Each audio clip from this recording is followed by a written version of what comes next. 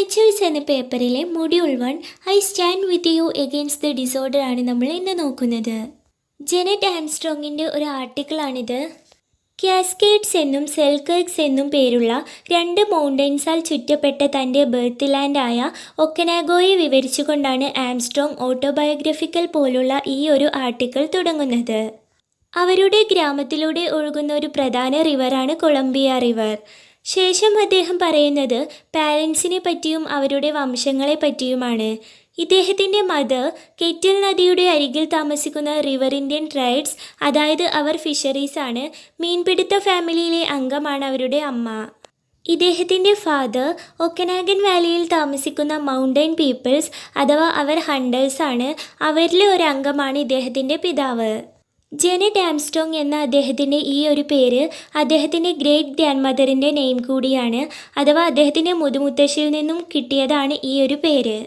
അദ്ദേഹം അമ്മയുടെ ഗോത്രവുമായി ബന്ധപ്പെട്ട് കിടക്കുന്നതിനാൽ അവർക്ക് ഈ ഒരു റിവറിനോടും ഒരുപാട് റെസ്പോൺസിബിലിറ്റീസ് ഉണ്ട്. ആംസ്ട്രോങ് എന്തിനാണ് അദ്ദേഹത്തെ ഇങ്ങനെ ഇൻട്രൊഡ്യൂസ് ചെയ്യുന്നത് എന്ന് നമുക്ക് തോന്നും. അദ്ദേഹത്തെ പറ്റി നാം മനസ്സിലാക്കുമ്പോൾ അദ്ദേഹത്തിൻ്റെ റെസ്പോൺസിബിലിറ്റീസ്, കമ്മിറ്റ്മെൻറ്റ്സ്, ആസ്പിറേഷൻസ്, ഉത്തരവാദിത്തം, ചുമതലകൾ ഇവയെല്ലാം വായിക്കുന്ന ആൾക്കുകൂടെ കൃത്യമായി മനസ്സിലാക്കണം എന്ന ഉദ്ദേശത്തോടെയാണ് അദ്ദേഹം ഒറിജിനെ പറ്റിയെല്ലാം ഇവിടെ വിശദീകരിക്കുന്നത്. ഒക്കനാഗൻസ് അവരെ പറ്റി പറയുന്നത് ഇംഗ്ലീഷിലേക്ക് ട്രാൻസ്ലേറ്റ് ചെയ്ത് പറയുന്നുണ്ട്. അവർ സെൽസ് എന്നാണ് ഒക്കനാഗൻ്റെ മീനിങ്. തങ്ങളുടെ സ്വപ്നങ്ങളും ഓർമ്മകളും ഭാവനകളും അവർ ജീവിക്കുന്ന സ്ഥലവും മറ്റെല്ലാമായും ബന്ധപ്പെട്ടിരിക്കുന്നു. അവരെല്ലാവരും ഒരു കമ്മ്യൂണിറ്റിയുടെ ഭാഗമാണെന്നും കമ്മ്യൂണിറ്റിയെ കൂട്ടിയിണക്കുന്ന ഒരു ഇൻവിസിബിൾ ഫോഴ്സ് അവരിൽ ഉണ്ടെന്നും അവർ വിശ്വസിക്കുന്നു. പിന്നീട് പറയുന്നത് ഓരോ വ്യക്തികളിലും 4 മെയിൻ കപ്പാസിറ്റീസ് ഉണ്ട് എന്നവർ വിശ്വസിക്കുന്നു. ഒന്നാമത്തേത് ഫിസിക്കൽ സെൽഫ്, രണ്ടാമത്തേത് ഇമോഷണൽ സെൽഫ്, മൂന്നാമത്തേത് intellectual self and 4th one spiritual self.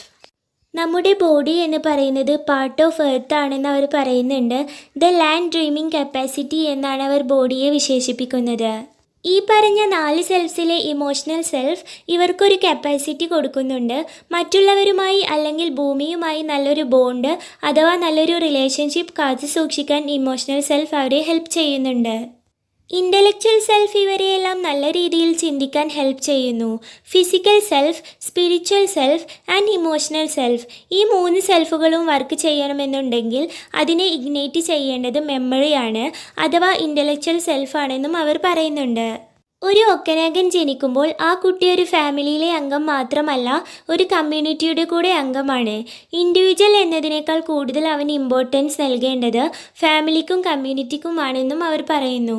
ഒക്കനാഗൻസിൽ important teaching എന്ന് പറയുന്നത് ഒരു ഫാമിലി കമ്മ്യൂണിറ്റിയുമായി നല്ല രീതിയിലുള്ള ഒരു ബന്ധം ഉണ്ടാക്കാനാകുന്നില്ലെങ്കിൽ അവനൊരു ഹ്യൂമൻ കൂടിയല്ല എന്ന് പറയുന്നു.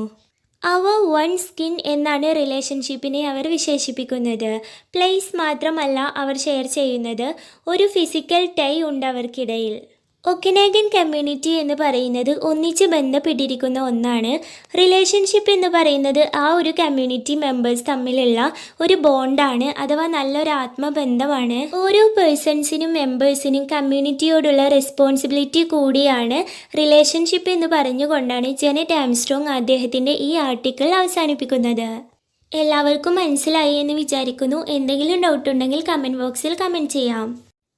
എൻ്റെ ഈ ചാനൽ നിങ്ങൾക്ക് യൂസ്ഫുള്ളായി തോന്നിയെങ്കിൽ ചാനൽ സബ്സ്ക്രൈബ് ചെയ്യുക. വീഡിയോ ഇഷ്ടമായെങ്കിൽ ലൈക്ക് ചെയ്യുക, മറ്റുള്ളവർക്ക് കൂടെ ഷെയർ ചെയ്യുക. നെക്സ്റ്റ് വീഡിയോയിൽ മറ്റൊരു ചാപ്റ്ററുമായി നമുക്ക് വീണ്ടും കാണാം. ബൈ.